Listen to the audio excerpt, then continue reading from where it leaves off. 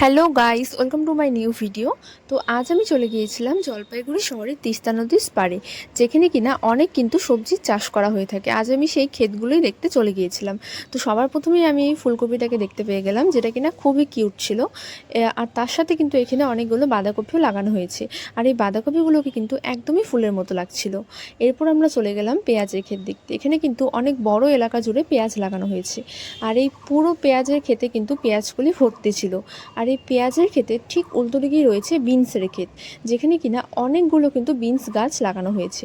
আর এই ছোটো ছোটো বিনস গাছগুলোতে কিন্তু প্রচুর পরিমাণে বিনসও হয়েছে, যেটা কিনা দেখতে কিন্তু খুবই ভালো লাগছে।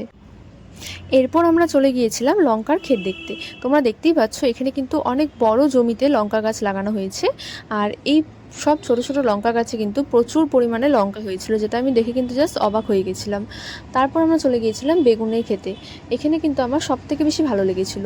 তার কারণটা হচ্ছে এই ছোট ছোট বেগুন গাছগুলোতে তোমরা দেখতে পারবে কত সুন্দর বেগুন হয়েছে, এবং প্রত্যেকটি গাছে কিন্তু একটু করে বেগুন রয়েইছে।